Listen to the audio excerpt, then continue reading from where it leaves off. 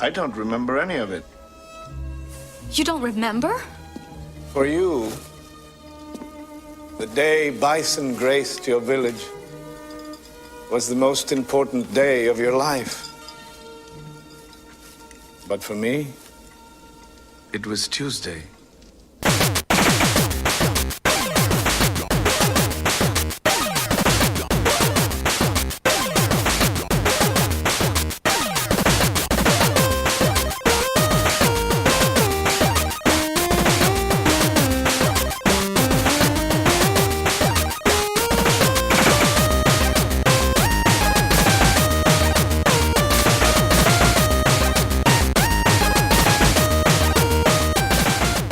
Welcome to the Rated G for Gamers podcast, episode 135, the belated 3-year anniversary show. Just a note before we start that you can find us on Facebook, Twitter, Instagram, YouTube, and Vero at Rated G for Gamers. You can always email us at info@ratedgforgamers.com.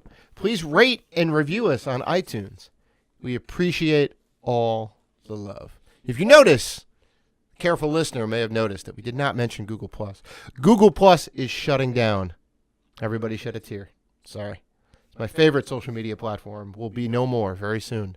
So there will be no more Rated G for Gamers on Google+, sadly. I am your host, Dave Rotino. This is my co-host, Dan, the podcaster formerly known as Classic Robinson. What's going on, man? Happy anniversary. Happy anniversary. Cheers. Cheers. 3 years. I know. Doesn't even seem like 3 years. Because we enjoy doing every show. This is something we definitely look forward to. We don't consider it work. We consider it fun. You know, it's Speak for yourself. It's always a good time. Speak for yourself. It's work getting these stories together. Aw, come on now. It's work cutting these episodes up, you know, like chopping out the bits and whatnot, smoothing it out for the fans. You know, it takes time, but I enjoy it. It's been great, man. When I was like, wait, it's been 3 years. Wow.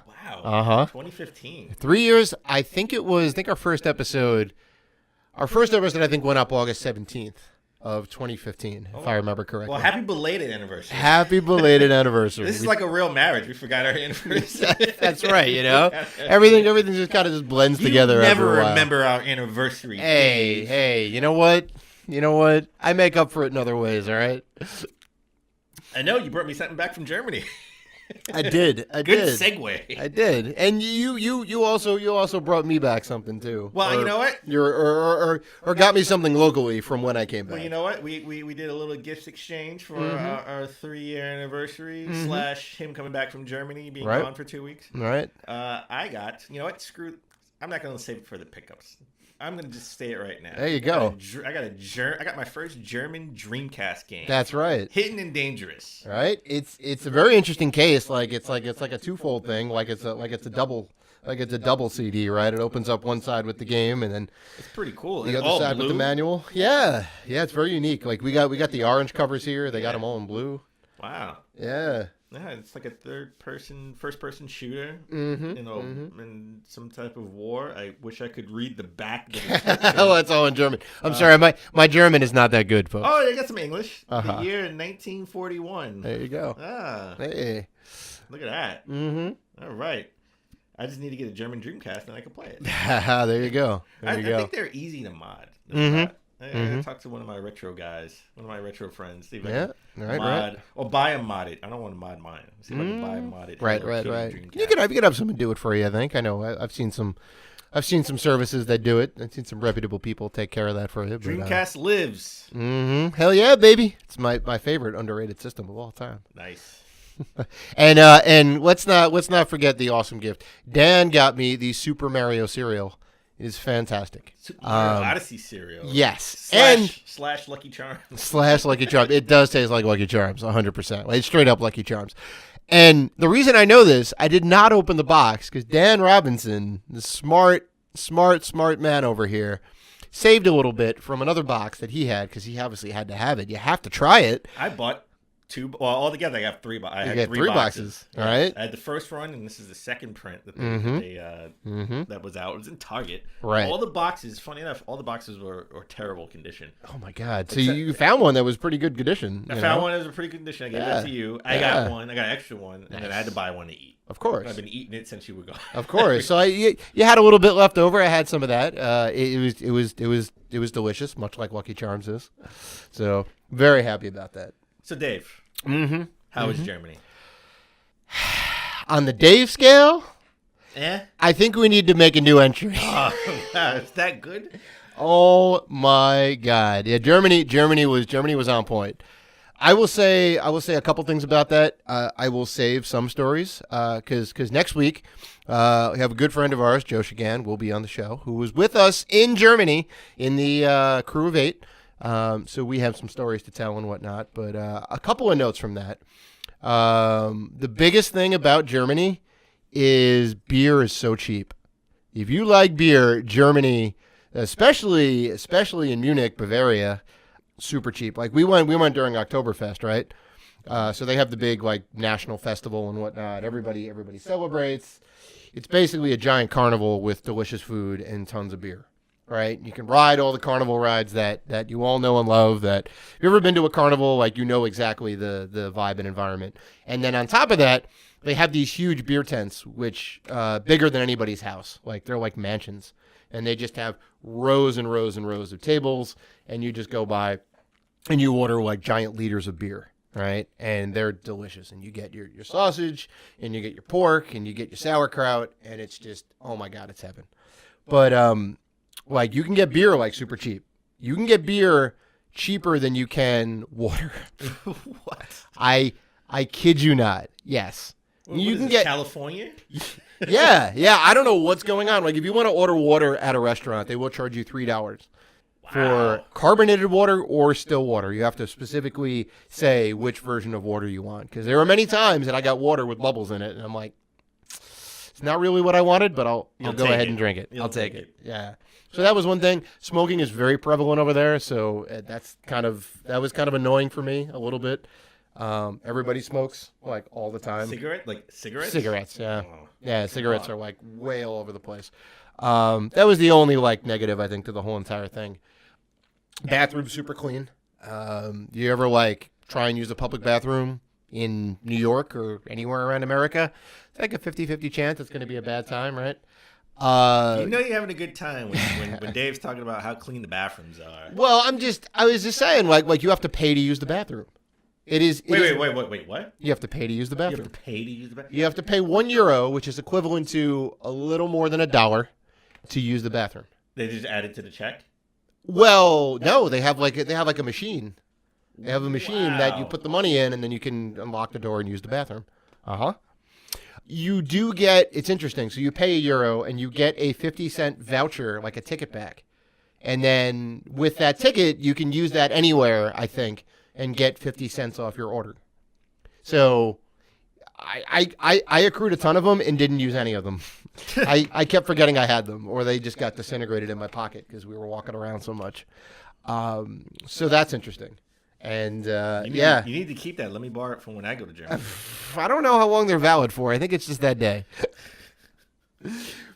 But anyway, I know you were very curious. Well, I mean, I guess you know because you saw the photo. How's the video game scene? I did. Come on. I did get some pickups. Nice. I made it a point to do some research ahead of time. All of that didn't necessarily pan out until I got there and figured out like, okay, here's the lay of the land. Here's where we're located, and here's how the rail system works, right? So it's very much like Boston. You know, we've been to Boston a bunch of times and whatnot. Their rail system is centralized. Everything comes into a central point and then fans out. And that's essentially how Munich is, right? There's one central point that all the trains go into, and then they fan out as you get out there. So we were around like towards the end of one of the lines, right? Much like how the subway is here, like it kind of centralizes in Manhattan and then spreads out a little bit. This is even more centralized, but I found this place, Nippon Dreams, which is fantastic. They are located in Munich. If you're ever down in that area, check these guys out because they were like super nice, super awesome. They had a great selection. That's where the Hidden and Dangerous came from, and a couple other picks, which I'll mention in a bit, came from. They have a video game shop dog, which is awesome. Video game shop dog. They have a video game shop. Is this a real dog? It's a real dog. It's an 8-pixel dog. No. It's a real dog. It's the cutest little white dog. He was adorable. I forget his name. I want to say Stanley, but it wasn't Stanley. It was an 8-bit. No, it wasn't 8-bit. It wasn't 8-bit. But guys are like super cool. Gave me like a real good deal on a bunch of stuff. They also, I would definitely be remiss if I didn't shout their service out. He was mentioning to me they have this thing called retroplace.com, right? And I believe it's an app, and it is also a website too, so you can go on and get Retroplace. It's super cool. Like, he was showing me like all about it and whatnot. I'm like, yeah, I'll check it out. And it is a marketplace to buy and sell video games, right? European, North American, Japanese. You can buy any games from anywhere. They're listed in, this is an NA release, this is a EU release, this is a JP release. Yes. Japanese, I think. So that was like super cool. And on top of that, you can use it as a game catalog software. So they have a little thing at the top. You can make an account or whatever, and you can scan in your barcodes to all your games. Or you can search for the games and whatnot. Their search is definitely on point. Is it free? Yeah. As far as I can tell, like I made an account and I was able to like log games and whatnot. Maybe you should log all your games. I know, right? I'm seriously thinking about it. Like right now, I'm using a Google spreadsheet. So I'm keeping it very kind of bare bones manual style. I may have to get in on the service, but definitely something to check out. Well, I want to know how do they like I have the collectors app, right? The game collectors app on the iPhone and iPad. So how does it look?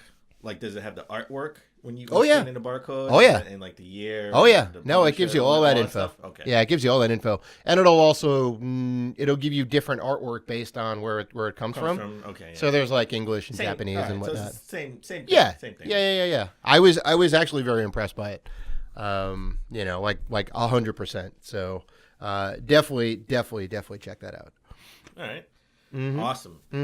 Now, Dave, you know what? Why don't we just get into the pickups? Oh, let's do it. What did you pick up? Because I'm excited. Oh my god, I will gladly go first. This is 3 weeks worth of pickups. This is 3 weeks worth of pickups. You would figure, oh, man's gonna be on vacation. He ain't gonna get any pickups. Well, we did miss a week. We did. Because you were a little bit jet lagged. I was a little bit jet lagged. I said, you know what? I'm ready to do it. And then I fell asleep. And then he fell asleep. So that's on me. So this is going to be 3 weeks worth of pickups that we're about to go over. So what did you end up picking up? Okay, so from Germany, from Nippon Dreams, got a sealed. This is very important. Sealed copy of Dew Prism. We know it as Threads of Fate from the. I think it was the Summer of RPG from Square, which was like Legends of Mana, Threads of Fate, and Chrono Cross. 3 games that came out over the summer. They're all fantastic. So Dew Prism was the Japanese release. I got that sealed for a very good price. Very happy about that from those guys. Bang.io, which is a nice shooter for the Dreamcast. I got the German version of that, which was awesome. I got the Super Mario Brothers Super Show. On cassette tape, episodes 2 and 3. So I have to get myself a cassette player now and play these. I have to know how they sound. Got Has Been Heroes for Xbox One. These are now pickups. Well, you need to know how they sound in German. I do, yeah, right. Most definitely. Was Captain Lou Albano played? Who was Captain Lou Albano? Right, by? Exactly, because they got to have the intros and all that, right? Hey, paisanos. Oh man, you're taking me back. I feel so old. Legend of Zelda on Fridays. Right? Oh, right. There was the Legend of Zelda and then Super Mario Brothers after that. Yeah. Back to back. Good stuff. Good stuff. So now these are now pickups from when I came back over like just this weekend, just yesterday as of this recording. So Has Been Heroes for Xbox One, Madden 17 for Xbox One, NBA 2K16 for Xbox One, NHL 06 for PS2. Killzone Shadowfall for PS4. Underrated game. Killzone. Uh-huh. I know. I'm gonna get beat up. I'm gonna get beat up in the comments for this. I am on the last. I was on the last level, and I just never finished it. I'm on the last level. This game took advantage of everything the PS4 had to offer because it was a launch title. It uses the touchpad on the PS4, underutilized in every other game. I think it should be on the PS5. It's neat. Controller. Yeah, I think it's a neat thing. It's different. I loved using it. I just wish I could use it on more games. Right. Okami. It's about the only other game that I know you can use it on. That's it. I just really didn't have the desire to go back and finish that last level. You know what? Last level. But I enjoyed levels. No, you know what? They have 10 levels. I think it was 10 levels if I'm not mistaken. I enjoyed levels 1 through 7. And then 8 and 9 just didn't do it for me. So the end of the game a little weak, yeah. The end of the game was a little weak, and I just never finished it. I'll say this. I'm with you on that. There's grown man gamer problems, GMG problems right here. We just don't have time. Just don't have time. Just don't have time. And the last 2 levels, just like I said, weren't interesting to me, so that's why I never finished it. Right. Well, fair enough. My save is still there. There you go. I have no idea how to get play back the game to it anymore. at any point in time. I You could get back to it. I have no idea how to play the game anymore. But that's funny. One day I will go back and beat it, just like I would go back and beat Zelda. Right. For a little while. Oh, you need to beat that game. Jesus. I will. Maybe on the anniversary. It's so easy. Once you beat the 4 dungeons, going up against Ganon is like nothing. Well, I beat 3. I know. Well, once maybe on the 30th anniversary. Oh my God. I'll beat Jesus, just beat that damn game. Right, and to finish out the pickups, dance workout for the Wii. I know everyone's excited about that. Woo! All right. Dance workout. I got it for a good price. Right. How could you not get it? And obviously the Nintendo cereal. I got it on the food platform. It's funny. No. No. No. Don't quit your day job, Dave. Or your hobby. Well, don't quit your day job or your hobby. Well, listen. They all can't be home runs, all right? Yeah, it definitely wasn't. All right, Dan. So I want to know what you picked up. All right. So before you left, you so graciously left me some of your doubles. That's right. You want to lay those out real quick? So I got Blades of Steel. And yes, I thought I had this game. I really did. Didn't have it. Think it's a really good hockey game. It is a fantastic hocky game. I actually played this hockey game back in the day. The fighting mechanic is great. You go a little side-by-side thing. You toss uppercuts at people. You gave me my first modern Pokemon game. I don't have any Pokemon games. Well, I have the old Game Boy Pokemon games. Don't play them. Was never a big Pokemon. I love the cartoon. I know. I was ashamed to say it when I was in high school because it came out when I was in high school. It's all good. I love the cartoon. Even watched the movies. Okay, when Ash, when I thought one of the Pokemon died, when I thought Ash died, I cried. Yes, I was in the movies. The first Pokemon movie, I shedded a tear. Yes, I'm man enough to admit that. Okay. It takes a big man to do that. So I got You gave me Pokemon X for 3DS. Batman Returns. I have it for Genesis. You gave it to the SNES. Different game, I think, slightly. Yes, definitely different game. And the piece that is stunts. Super Metroid for the SNES. Yep. You had the Japanese version. I had the Japanese version. I somehow happened to come across an additional copy of that game, and fantastic game. I think I'm like 2 hours in with the SNES Classic. Yeah. Save. Have to get back to that. Yeah. We were just you were watching me play that before just a little bit. Yeah. Love that game. All right. So enough about Dave's doubles. All right. Pickups that I have just throughout the weekend. Listen, loved Luigi's Mansion. All right. I played the second one on 3DS. Never really played the first one, but I've been playing that, and we'll get into what we've been playing. But spoilers, I've been playing. This has been in heavy rotation. There you go. All right, Luigi's Mansion for 3DS. I got Zone of the Enders, the second runner, Mars on the PS4. That's a VR title, yeah. That is. I think you can play it in VR. I don't think it is. It's not specifically VR. Specifically a VR game. I gotta get that game. I think people saying one of the best games on PSVR, Moss. Right? So I got picked that up. That's actually a budget title, so if you don't have it, pick it up. It's only like $25-$30. Call of Duty Black Ops 2 on the Wii U. I got the NES Classic controller. I had the NES Classic controller, just an extra one, but I had the European version. Oh, interesting. So finally found this, and this has been sold out. Even the second run has been sold out, but I finally found the North American version for NES controller, just an extra one.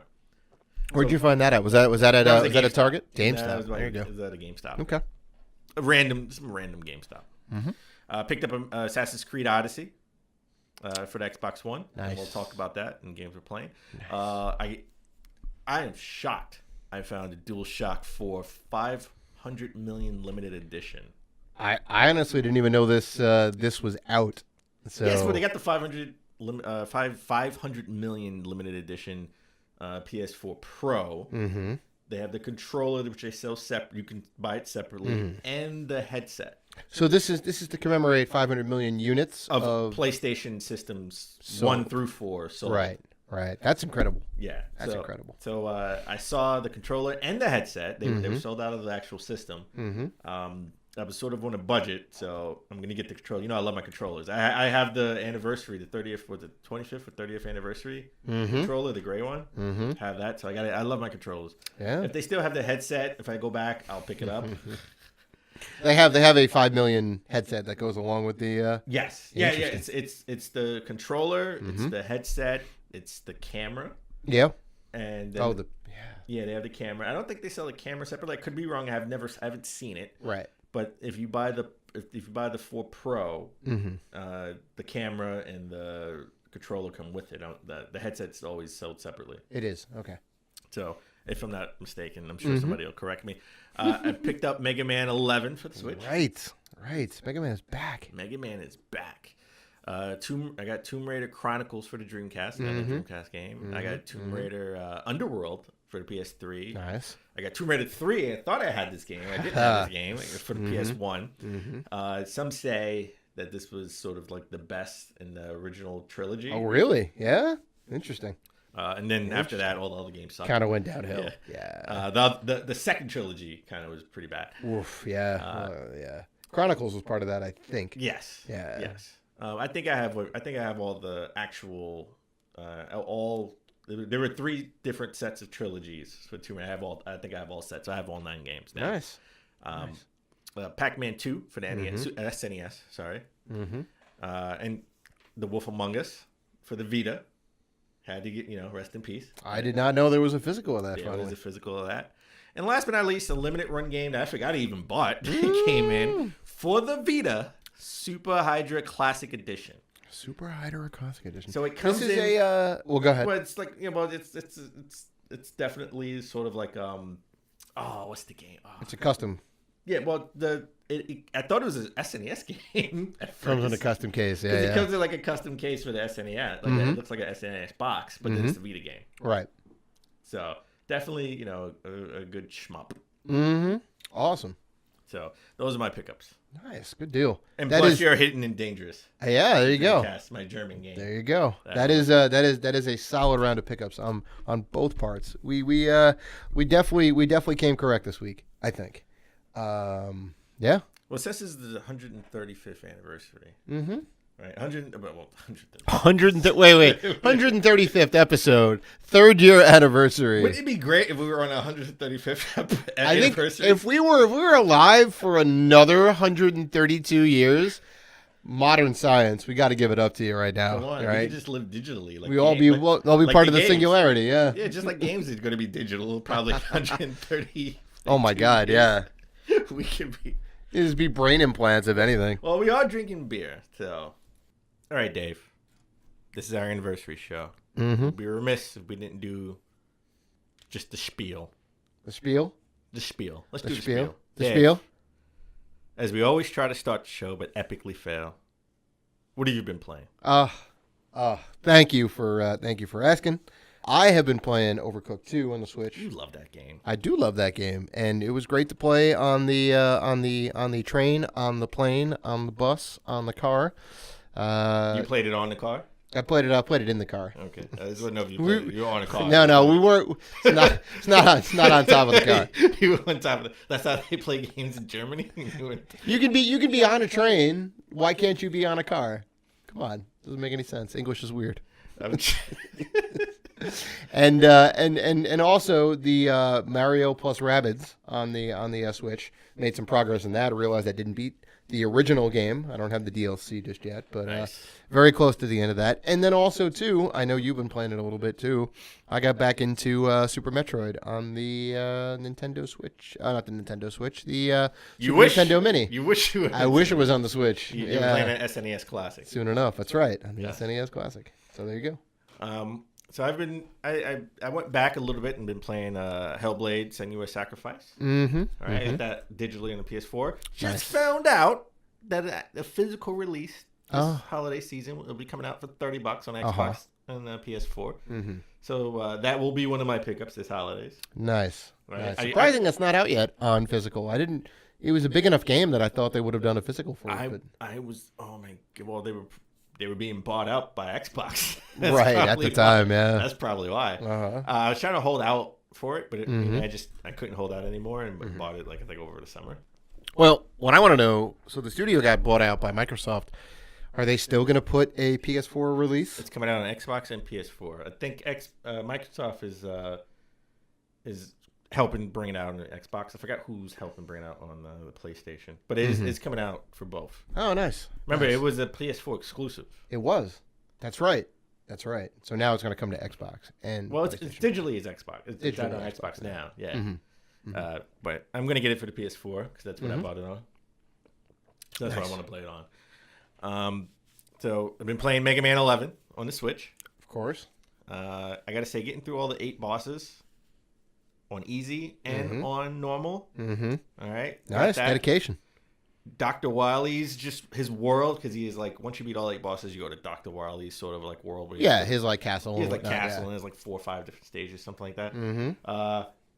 Gotta say, tough. Mm-hmm. No matter if it's on easy, doesn't matter if it's on easy Right. mode or not. Right. I'm just on that first boss battle. Don't know how to beat him. Yeah. Got to figure it out. One of those 8 weapons is going to be a weakness. One I of can those guarantee 8 you weapons- that. One of those 8 weapons is a weakness, but they really force you to use the gear system to either speed up or slow down. So Right. Which is new to Mega Man 11. which is new to Yeah. Mega Man 11. I have to figure out which gear I need to use with which weapon. Right. That's the trick. Mm-hmm. I've died a million times because I've been stubborn trying to beat him one way. Mm-hmm. You know I'm stubborn, man. I I'm gonna know. Figure it listen, out. Listen, this is gonna be your Batman Arkham Asylum, my right? Batman 4 Arkham years later, you're gonna be like, I finally beat Mega Man 11. I'm like, good on you. Yeah, Mega They're Man up to Mega Man 13's 16 out. or 13. Yeah. I went back to playing Sonic and Knuckles on the Nice. Xbox One. Backwards Nice. compatibility. Mm-hmm. Love that game, by the way. Wasn't a big Sonic 3 fan. What? I Dude, wasn't. Sonic 3 is awesome. Wasn't a big Sonic 3 fan. I only put it together, the Sonic and Knuckles and Sonic 3, just so I could play Knuckles in Sonic 3.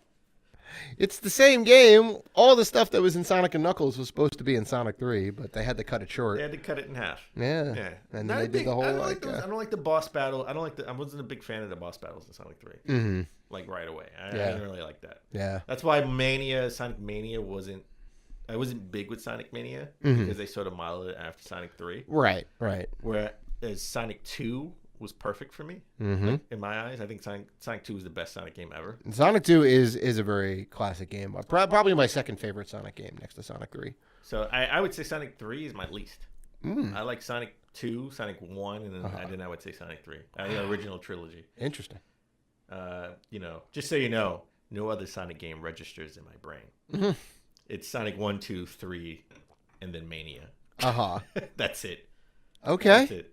You're gonna go ahead and disregard Sonic CD, Sonic and Knuckles. You know what? All right. You know what? I like Sonic CD. I beat Sonic that CD too. is great. I beat that on PS4. Mm-hmm. Mm-hmm. So all right, Sonic 2, Sonic 1, Sonic CD, And then Sonic 3. and then Sonic 3. Wow, at the bottom of the barrel. And Sonic Nah. Sonic Mania, then Sonic 3. Sonic Mania and Sonic 3. Well, Yeah. all right. Okay. I'm not a big fan of the Sonic 3 model. I understand. I I understand. like Sonic 2. I understand. Perfect Sonic game. Mm-hmm. And this is gonna shock you. I've been enjoying and secretly obsessed with Stardew Valley. Wow. There you go. I There know. you go. You're reaching that inner farmer inside of you. I'm get that inner farmer inside of me. I would play more of it, but I think this is a game I need handheld. I think I need this. You want to go take it on the go. I think this is a Switch game. 100%. You can play it anywhere. This is. It's not even play it anywhere. This is that game where I can just have the TV on and play in my hands. Right. It's very, very kind of, the stakes are low, even though like you can mess your farm up and whatnot if you don't do things correctly and this and that. But yeah, like stakes are like pretty low. You don't need to be like super intense on the game, so you can do two things at once. So Stardew Valley did come out on the Switch. I just don't know if it has a physical edition. Mm-hmm. If it does, I may have to buy it on the Switch. I'm pretty sure it does. I may have to buy it on the Switch. Mm-hmm. This is a game I really need. I need to be in handheld mode because it's one of those you don't have to like. You can listen to like a podcast or watch TV, sort of, or listen to TV and play because I don't need sound. Right. Because there's no, there's like no voice acting. No, it's just some background music, which is great, by the way. But Yeah. I picked up Luigi's Mansion. Heavy rotation since I've picked it up. Mm-hmm. All right. Like I never really played the first one. Right. I mean, well, this is the first one. I never played the original on the GameCube. Right. I played a lot of the Dark Moon, the second one that was on 3DS. Mm-hmm. Loving Luigi's Mansion. So loving the dynamic. Mm-hmm. Listen, man, the year Luigi is underrated. I know. It was. I think it was the worst performing year for Nintendo in a while. Sadly, because I thought it was a great marketing scheme too. Like, hey, it's Mario and Luigi. They're brothers. Let's put a little shine on Luigi Mario. Yeah. Let's put a little shine on the other brother, right? Mario's missing. He was missing in his own game, and he's missing here. I know. So we got that, and I've been playing Burnout Paradise Remastered PS4. Yep. I have no idea what I'm doing in that game. I'm just driving really, really fast. There you go. Yeah, you drive recklessly on the wrong side of the road. You're doing it right. On the wrong side of the road. Blaze love Blue. That game. Also been playing Blaze Blue cross tag team battle. Ooh, I tag love that battle game too. on the Switch. Mm-hmm. Great. And Great also in heavy rotation, still is Mario Run. Hey, there you go. They add new stuff to that game recently, or? Well, it's not that. I'm trying to get to the third level in the remix. Mm-hmm. The third level in the remix where I'm trying to save Daisy. I think it's Daisy. Oh yeah. So interesting. I don't see Princess. You could play as Princess Peach or Yoshi or Toad, sort of like in the middle of the remix. They'll say you could play as on like the level 5. It's 10 different levels, right? Before you get to the flag, right? And in the middle, like the 5th one, you could play as a different character. So it's like Toad, Princess Peach, Luigi, or Yoshi. And Peach, just like in Mario 2, she can jump and float a little bit higher, a little bit longer, just a tad bit longer. Interesting.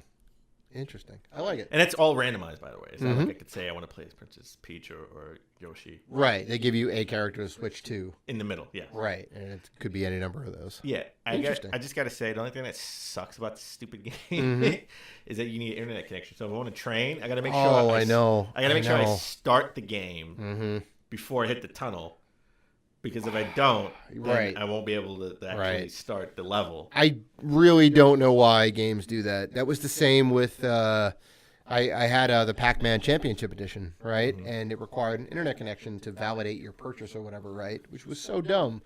Because I mean, how many people are hacking the App Store to get a free copy of Pac-Man Championship Edition? Well, it's more of the save state. It's more like to save it, like to save your progress. Why not just save it locally, and then when you have internet connection, save to the cloud? Like, it's fine. Well, why don't they just tell me, hey, if you close the app, we can't save it when we actually do reconnect. Sure. Right? Sure. So just stay connected. Right. I mean, just stay on. Just keep the app running, and then when we hit internet connection, then we'll save it. Yeah. That's what it should be. I should be able to play it, and it'll prompt me. This won't save because we can't. Right, exactly. I just want to kill time on the subway. Can I do that, Nintendo? So this is twofold. So I've been playing Mario Run / Sonic. Was it Sonic Boom 2 on my phone? 2. I think it's Sonic Rush 2 or Sonic Boom 2. Maybe it is Sonic Boom. No, it's Sonic Boom 2. Sonic Boom 2. No, you're thinking of Sonic Dash. Right. There's Sonic Dash. And I don't know Sonic Boom. And there's Sonic Boom. Well, I mean, I know Sonic Boom. I don't know the mobile version of Sonic Boom. Yeah. Well, the mobile it's Sonic Dash, just different skin. I see. With Sonic Boom skin. I see. Different levels and stuff. Oh, okay, cool. A little bit of variety. Yeah. I will have to download and check it out. if I want to get my free points or free gifts, I need an internet connection. Without that, I can still play the game. Right. There you go. See? Sega knows what's up. Sega knows what's up, and they hit you with microtransactions. Well, They hit you with microtransactions. that's a whole nother That is conversation. mobile. That is mobile. So yeah, that's what I've been playing. Nice. So while you've been gone, life in America has been happening. Oh, it didn't stop for me? It didn't stop for you. Oh, I'm see? sorry. I was promised the world would stop until I got back, but I guess that's not true. You know what? We broke that promise. So a couple of things came out that was interesting. We got a new Joker. Mm-hmm. Well, I think this is just going to be a one-off movie. Right. Right. Wycombe, what's his name? Wacom I Phoenix? call him Wacom Phoenix. Joaquin. Joaquin. Wakim would be how you would phonetically sound it out. From now Joaquin. on, you know what? From now on, his name is Wacom Phoenix. Wacom Phoenix? Yeah. Wacom. He's Wacom like the tablet. Yeah, Wacom Phoenix. Okay. He's So JP for short. JPZ. Uh-huh. Call me hey, listen, JPZ. We're on a nickname basis now. Uh-huh. You know, me and Wacom. Okay. All right, JPZ. He's playing the Joker. We got a first look. We got a little trailer too of him turning into the Joker. This does not tie in any way to the DCU. Right. Because Weird. Because Jared Leto is still signed on to play the Joker. I think in a Harley Quinn standalone movie / Suicide Squad 2. Sure.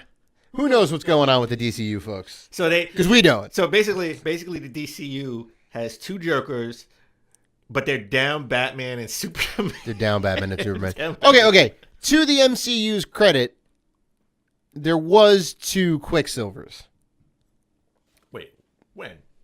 There was the Quicksilver that was in Avengers 2, and there was the Quicksilver. Wait, Avengers 2 was. What did you see Quicksilver in Avengers 2?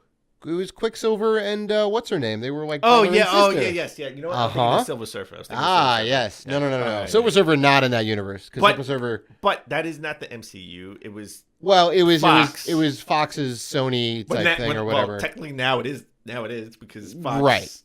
Disney owns Fox. Right. So they have that in the universe. How are they going to rectify the two Quicksilvers? Well, I think the Fox universe is dead. The Fox universe no more. Well, after good segue. The Dark Phoenix movie, which we got a trailer for, which is the fourth installment to the Young X-Men movies. Right.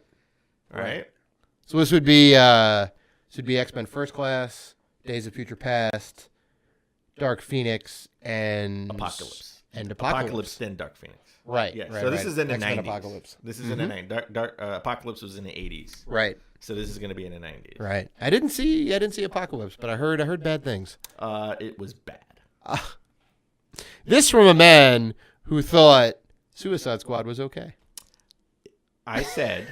So that's got to be real bad. I said, and I quote, it was okay if I saw this on HBO. Which I did. I don't know if that was your exact words. I did see it on HBO or Showtime. It was one of those. I think it was HBO Showtime. Okay. Late Saturday night after a night of drinking. I love all these like preconditions now. Yeah, you need it's to- like given all of that, which you did not say. I don't think you said that at the time. But okay. I said it wasn't I as understand. bad as people made it out. It is an enjoyable popcorn flick. If you watch it late night on HBO after a night of drinking. So if you don't spend money, you're in a different state of mind, and you're still up at that late night. All right, this movie is great. All right. You know what? Let me put it this way. You can have a night of drinking. Mm-hmm. You can smoke weed. Or no, it's just one of those two: smoke weed or night of drinking. Sure. Then the movie's great. Yeah. Okay. The movie's great. Okay. Fair enough. Yeah, it's not as bad. Fair enough. It's not as bad. Sure. And then Ben Affleck makes a cameo appearance at the end. Affleck makes a cameo appearance as Batman in Suicide Squad 2. Oh, Suicide Squad. I mean, 2. Suicide Squad, not 2. Suicide Squad. Yeah. Yeah. Well, he actually makes two appearances because they sort of give you spoilers if you haven't seen this horrible movie. Fine. I think it's fine. I don't think anyone's really caring that much. He makes an appearance when they show you how Harley Quinn was captured. Mm-hmm. Right, and then Batman. That was Batman, and then Ben Affleck makes a special sort of like end of credits. Bruce Wayne. Right? Mm-hmm.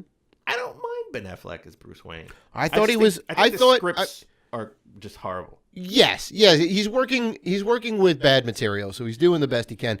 He is legit now a good actor. I mean, I don't know if you've seen Argo or The Town or any of the other movies that he's been in recently. They've been great. And he's been great. Like, he's been taking some acting lessons and whatnot. He got buff. He did. Buff. Well, that too. Yeah. He bulked himself up. But you know what? I think it's always going to be tough. Like, it was always going to be tough for him regardless because he has the baggage of Daredevil. Yeah. It will go down as one of the worst terrible. I would say movies of all I would time. say like in like the top 5, definitely a top 10. Top 10 worst superhero movies. Top 5, top 3 worst superhero movies. Well, lest we forget the Fantastic Four movie from the early 90s or the Captain America movie from the early 90s. They happened. I'll take the Captain America movie over the Daredevil movie. Oh my God, no way. Yeah, Kevin Smith, where you at? Help me out. Yeah, and so we got that that's the baggage that he holds, and he's following a beloved Batman. Oh yeah, Christian Bale. Of course. Christian Bale was top 2 Batman. So the problem with DCU, and I don't want to get too much on a tangent, is sort of the Marvel Cinematic Universe is more of like in the fantasy world, right? And they keep it PG. They don't get too, they don't get R-rated or anything. Yeah, which is fine. No, it's fine for what it is, right? It's fine what it is. I think DC should have kept it more on a like what Batman, like the Dark Knight trilogy, sort of more down to earth, realistic. Right. If they would have kept it realistic, if Batman was actually real, right? Right. Like, here's a situation where this could happen. This could happen. I mean, an alien flying with powers, but sure. Keep it grounded. Yeah. Right? Don't get too out there, crazy. Right. Yeah, and then they made it too dark. Well, yeah. They made it too dark. Need a little bit of levity in your movies, Yeah, Marvel knows what's up. Marvel knows to inject a little bit of humor into it, make it kind of lighthearted in a way. Even though, like, okay, the fate of the world is at hand, but we can still crack some jokes every now and again. Superman Returns wasn't a bad movie. No. Right? And I thought that guy played a great Superman. Mm-hmm. Henry Cavill? No. Oh, Returns. Brandon Routh. Did you see, as a side note, the Superman Club? There was like an online skit they did. No. Dean Cain, Brandon Routh. Uh-huh. The guy who voiced Superman in the cartoon. Nice. And then his son, who voices Superman in a new cartoon. Oh, that's so funny. And there was like the Superman Club. That's awesome. I guess Dean Cain couldn't actually be there for the film, so they had him an iPad. Oh, that's so funny. Initiating the young Superman. Right. and they're like trying to fly. That's great. It was hilarious. You gotta look it up. I do. Yeah. The Superman Club. That's funny. So we got that. Mm-hmm. And take it in a dark note, since this is October. Mm-hmm. I'll be remiss. Halloween's coming out next weekend. Ooh, they're erasing all of the other Halloween, pretty 9 much of the other. I think this is the 11th or 12th Halloween movie. Yeah, well, she made a cameo in H2O. She did. She died. She died in H2O. Yeah. Busta Rhymes basically retconning all that. That's right. Busta Rhymes is in that movie. Oh my God.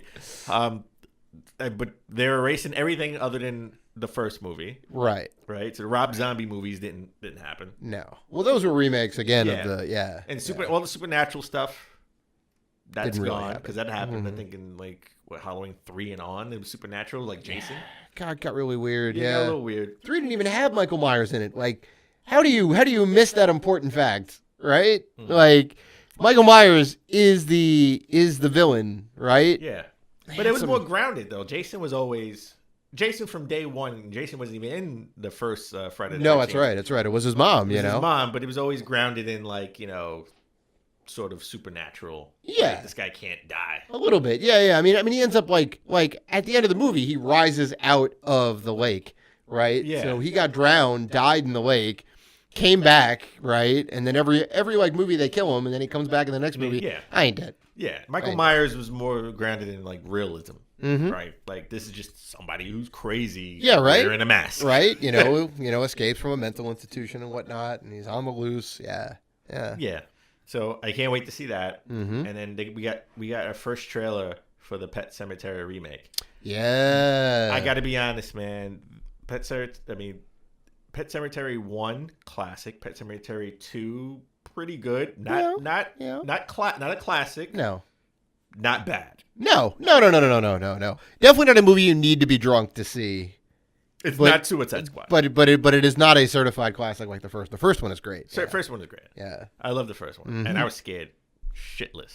Of course, the man. first one when I was a kid. The remake, I got to be honest, the trailer doesn't do it for me. Really? Doesn't do it for me. I'm not sold. But are you going to see it in the theaters regardless? I might. You might. Okay. High possibility. So there you go. See? So you're holding out hope. All right, put it this way. Because I know the first two, I got to see it. Right. If this was something different and the first two never came out, if this was like Pet Sematary, not the remake, this was just Pet Cemetery, right. I probably wouldn't see it. As its own thing. Interesting. Yeah, okay. I would so you're seeing it for the legacy and how it holds up to the original. Yes. Okay. I'm with that. We should go. We should definitely go.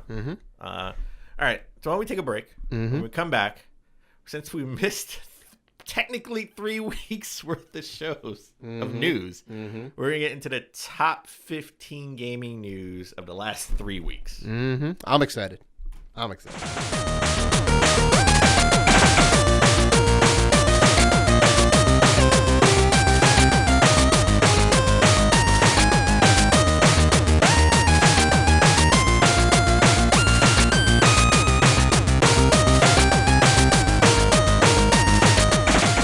And we're back. All right, let's get into the top 15 gaming news of the last 3 weeks. So, Dave, while you've gone, a lot of things have been happening. Yeah? Okay? Life has moved on without you. The world didn't stop when I was on vacation? No, it was moving. It was moving. I informed it to hold off while I'm on vacation. Maybe you still have a fax machine. They probably emailed you that it's not going to. It's going to continue to move forward. Wow, interesting. Well, I missed a bunch of stuff, so I missed think a you're lot of gonna stuff. you're gonna have to go ahead and fill me in on. Well, while you were what gone, did you ever jump that pond? By the way. I did. I jumped the pond twice. I All right, jumped it and jumped it back. All right, your quads must hurt. My quads are in real good shape. Let me tell you, I have a very, very good vertical. It must have been a short pond. I'm like Princess Peach with that jump. Just float. Must have been a short pond. Float. It's okay. All right. All right. So, Dave, we always always go to PAX East in Boston, right? I mean, you can't not.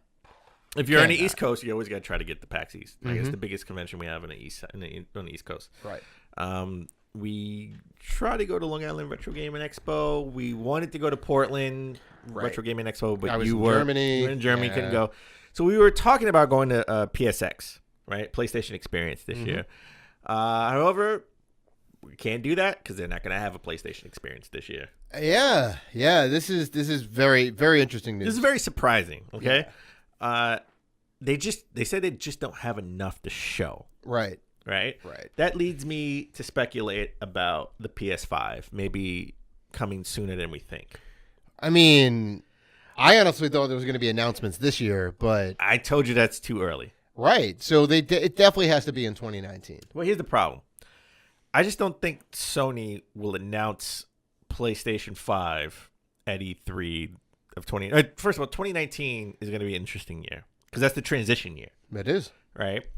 I just don't think they're going to announce it at E3 and then come out a year later or a year and a half later. I think that's something that's going to come out. Like if they announce it at E3, it's going to come out in a holiday. Because they don't want to divulge too much and then let the competition be like, here's what we have to offer. Here's what we're doing, right? They can kind of cop those ideas. It's not going to be Xbox Scorpio thing where they announce it a year out. They teased it like, hey, we're going to put a new Xbox out. We got 50 teraflops and it's coming, right? That's right. Superior. We're going to smack you in the face with these teraflops. Xbox X Superior, baby. You're going to get the best system on the market right now. You're going to get smacked with these teraflops. Best console on the market right now. Most powerful. I can't see them coming out this early, and I don't want them to rush it. No.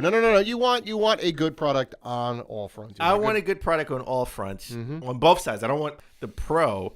I don't want the PlayStation 5 to be rushed out either. I think the Switch was rushed. To be honest, I think the Wii U did so poorly that they had to rush the Switch without. I think they wanted to. I agree because they were unprecedented. It came out in March. Who puts a console out in March? They wanted to put that out. They put it out without an online infrastructure. Right. Without. No, they're like, and hey, it's coming soon. And now, a year and a half later, we finally have it. So that definitely was rushed. So I don't want that for the PS5 or the Xbox Prime, as Dave calls it. It's gonna be the Prime, baby. Telling you, that would be a good name. Solid contender. Everything XP. The XP. The Yeah, XP. right? Get that XP, yo. No. I mean, yeah, I like it, but I mean, it doesn't go with the whole like 360 one type situation.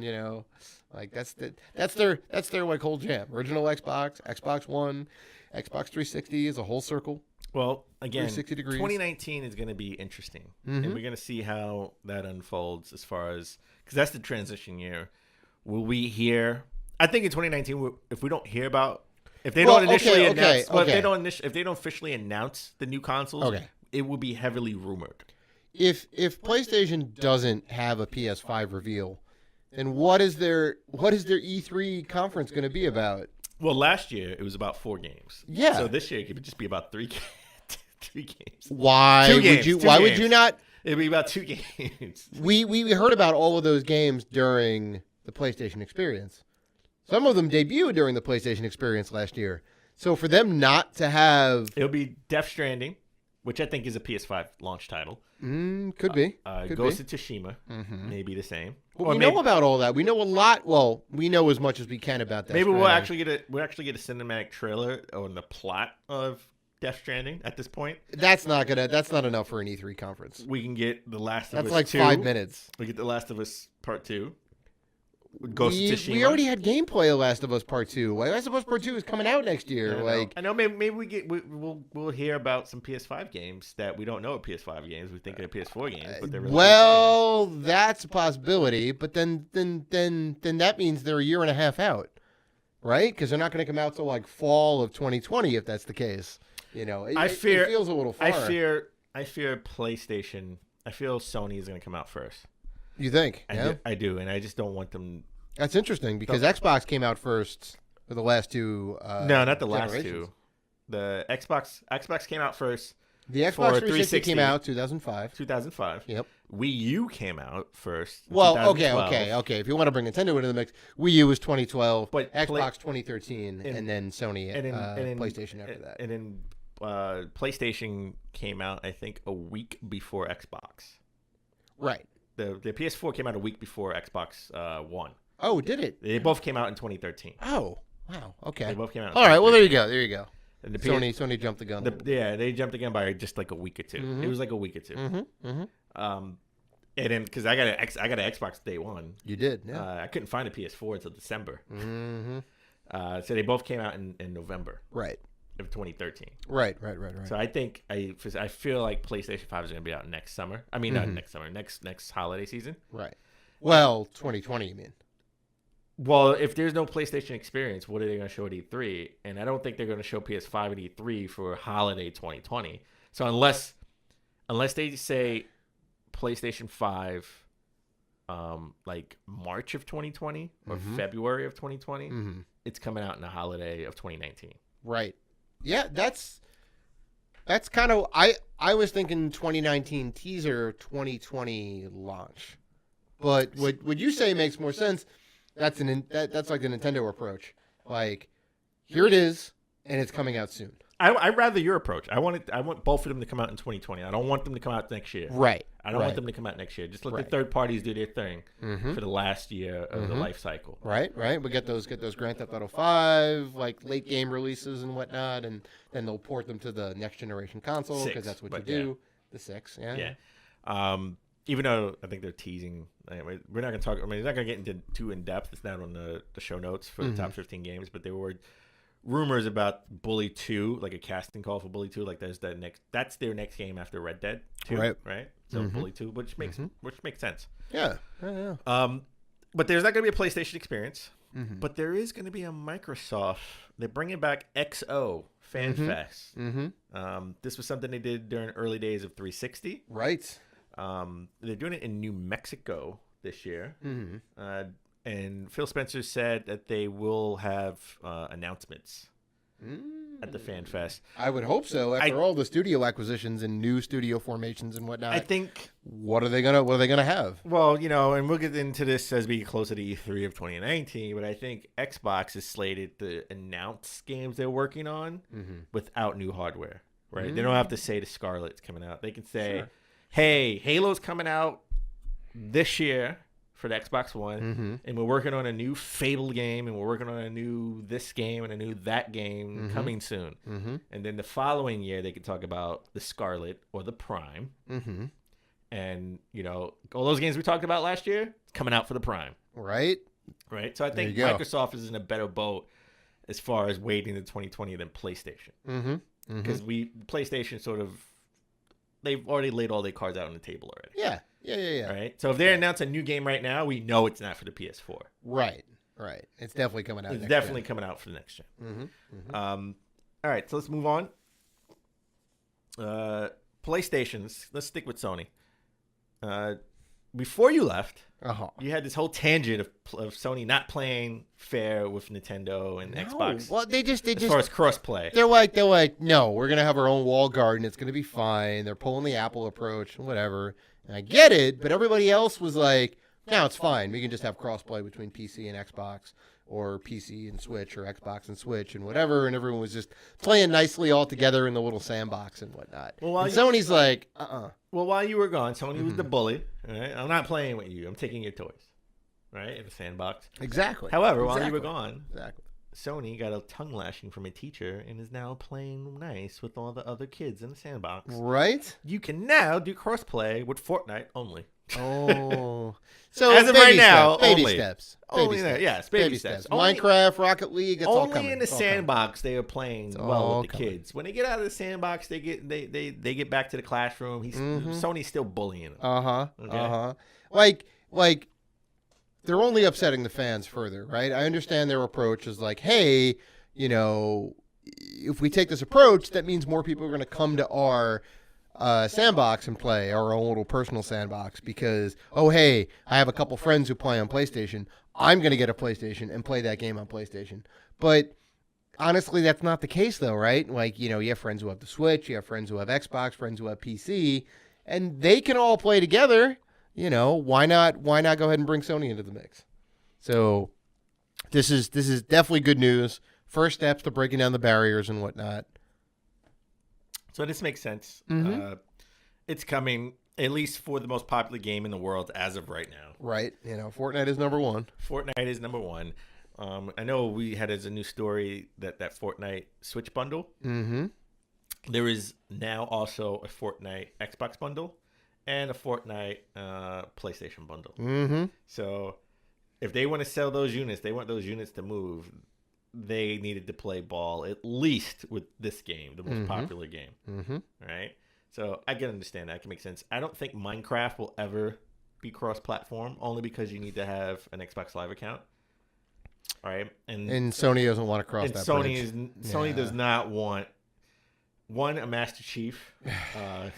They don't want you to play with a Master Chief skin. I mean, and get it, they don't want you to have still. an Xbox. They don't want you to have an Xbox account, right? To do cross-platform with it. So that one I understand. Minecraft, right, Minecraft I always understood. Right, because there's like another hoop to jump through, right? Yes. And Microsoft is never going to not say that you have to sign up for a Microsoft account and whatnot, because that's their property. Like, sure, you can play on other platforms, but you need to sign into the Microsoft account. And as a side note, Minecraft is. We forget how big Minecraft is. Minecraft is still bigger than Fortnite. That's right. That's right. Have a higher it still sells, count. and it still sells. The top 10 selling games, or top 20 at least. It still sells, and they still have a higher player count until this day than Fortnite does. All the kids love it. So that means we're not going to see Minecraft 2 anytime soon. They're just going to keep iterating on this. Oh sure, yeah. Well, I mean, why fix what's not broken? Right? They're just going to keep adding to it, adding new features and whatnot. Kids are going to love it. All right, so let's get into our lead story.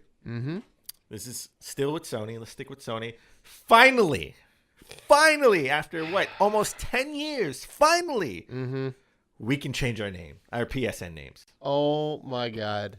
Oh, my God, yes. Oh, my God. I don't know why this is a news story.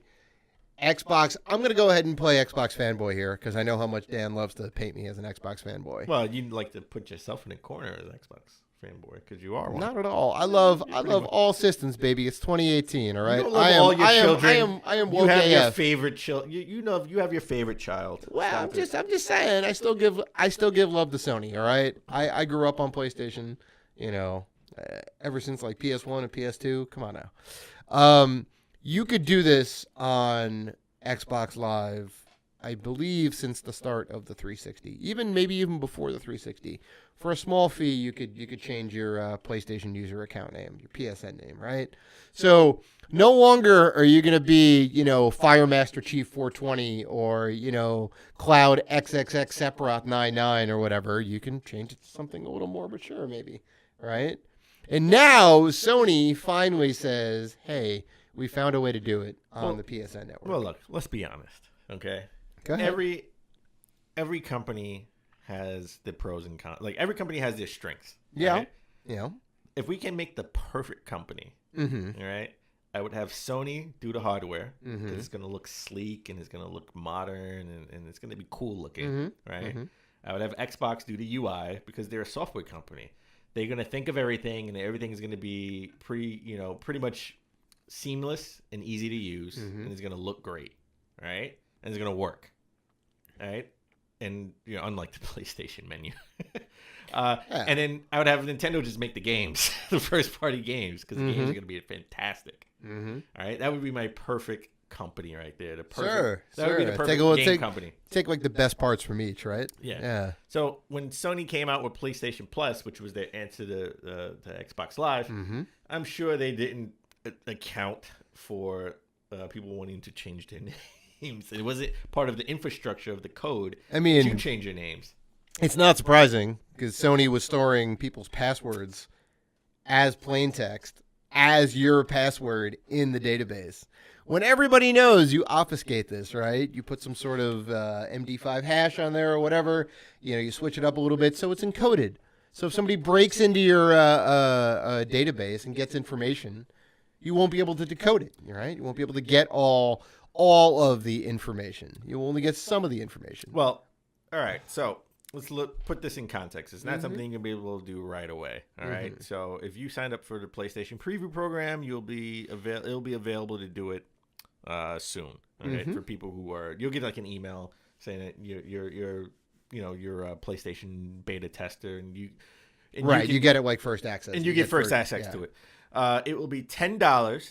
Well, the first change is free. If you want to do after that, it'll be $10. Right. And it'll be $4.99 if you're a PS Plus member. Which I am. Right. So you get a bit of a discount. Same here. Yeah. 50% off. And that's sort of the same as Xbox. Oh, yeah. That's just bog standard. It will go live for everyone April 1st.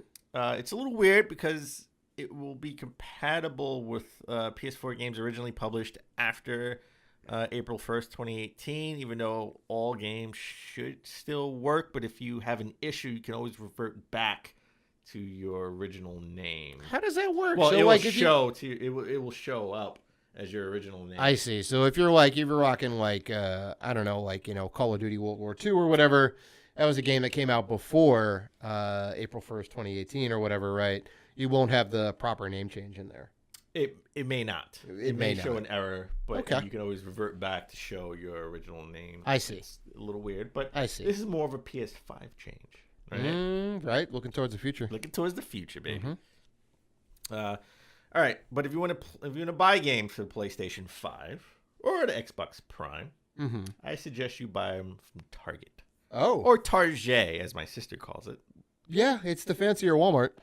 It's the fancy one. So while everyone was cutting their video game discounts, their player programs, Best Buy, GameStop, we roasted these guys. Yeah. How dare you take my discounts away? Right? You want people to buy stuff. What makes your platform any better? The discounts. Target or Target, they sort of had a discount that was limited right? It was limited until September 29th. I want them to bring it back. Hopefully they bring it back soon. For the holiday season, come Where on you now. get an extra 30% off any game that's currently available. Yeah. So Crazy. if Target and if they do that, I will buy all my games from Target. I will pre-order from Target.com all the time. So basically, like, okay, so coming up this year, there's a new Call of Duty Black Ops 4, right? You want that game. All right, I will pre-order that game. Pre-order that game, you get 30% off any other game that's currently out. That's what you're saying, right? Yes. That's a hell of a deal right there, right? Because there's other games out there that you're like, I don't have the money for it right now. I didn't have time to play it or whatever, but hey, I want to go ahead and pick it up. You can get that discount there. Like, it's great. Well, it's great. The only thing else you can do is if you pre-order from Amazon, you do get $10 In Amazon credit? Amazon credit. Okay. So Feeds back into the system and feeds whatnot. back into the system. Well, I mean, same thing with Target, but you can use that 30% to. I mean, you're getting 30% credit. 30% credit is better than $10. No, yeah, it's a hell of a ton better. Yeah. So I would do. That's what I would do. I would buy from Target if they made this like all year round. I would pre-order games from Target all the time. Can you pre-order in store? I haven't tried to do that at Target. Usually I just go and pick something I've never up. had to do it. I've never tried to do it in Target either. Right. I wouldn't see why. But I mean, right. And not to say their online store is any way, shape, or form bad. Like it's actually really good. They have a really nice website, and you can kind of do all the things on there pretty easily. Yeah. But it would be nice just to go to the store because we have them close. I mean, they're all over New York and the New York City area and whatnot, so they're easy to get to. We don't have Walmarts here, but we do have Targets. We have. Well, I mean, The not Walmarts New York are- City, but I mean, it's in New York. I mean, it's in Long Island. It's in Long Island. Well, Yeah. we have to travel a little bit. You have to travel a little bit. Yeah. You know what store you have to travel a lot to get to? It'd be Toys R Us because they're back, baby, just like we are for episode 135. Now we had noted not too long ago that Toys R Us bankrupt, out of business. You went by and picked up some deals and whatnot. Well, I thought they were done. They were shut. Well, let's put this in context. Go ahead. They weren't out of business. They were going out of business. They were shutting down stores and entering bankruptcy liquidation. I see. So that was, I haven't did bankruptcy law in a while, but I think that's Chapter 7 because Chapter 11 is reorganization. So I think Chapter 7 liquidation, where they're just going to sell off everything you have, Right. to pay off all your creditors. Right. But the people who own Toys R Us and the creditors have agreed to end the bankruptcy proceeding, and they will relaunch Toys R Us under a new moniker. Jeffrey's Toy Box. Interesting. As sort of a store within a store. So they will sort of be like sort of a section in certain stores in the Midwest. This is not something that's going to be in the East Coast, or I don't think the West. So Coast they're kind of doing a trial run, I guess. Yes. in Well, case, this holiday season. Right. Right. So you'll probably see them in Walmart and Target, whatever. Yeah, They'll have end pretty caps. much. They'll have like certain aisles will be like Jeffrey's Toy Box. Yeah. I can imagine. I believe this can work, and I think this will be in places like Target, like Walmart stuff, of course. But I think being like Target, where the toy aisle will be branded Jeffrey's Toy Box aisle, right? Where it's all nothing but toys. So, and they can theoretically, they don't have to worry about leases. Or like leasing the whole space at least. Right. Well, I want to know like how is this different than just Target selling rando toys, right? What is I'm paying you to sell toys in your establishment. I see. So maybe it's like subleasing. All right. So like if you want to have you own your place, and you want people, you want to make extra money, and you want to rent out a room, and someone comes and pays you money to rent out your room to share the living room and the kitchen and stuff like that. That's just income for you, guaranteed. Right, and you don't have to worry about selling the stock and whatever else because that is their they're problem. leasing those because shelves. they're going to be paying for marketing. For people to come to Target to buy their toys, especially during the holiday season. Right, so interesting. So they're just going to be subleasing space and then selling toys. So they don't have to actually worry about the lease for the whole entire store. Right. maybe they don't have to worry about staff because I doubt, Right. You can just have the regular Target employees like sell the stuff for you, right? Because it's toys are toys. Mm-hmm. Interesting. So I think that can work long term. Mm-hmm. And that sort of makes sense, and you keep costs down. Right. And not to mention, Toys R Us had their own brand of toys. They did. Yeah, it's so I'm sure starting this holiday season they'll just be selling maybe their brand of toys. Right, and then maybe like expand out into other. Out. Yeah. I can see this definitely happening in Target and Walmarts all across the world. Yeah, and I mean, if this does well, this will go nationwide, right? Yes.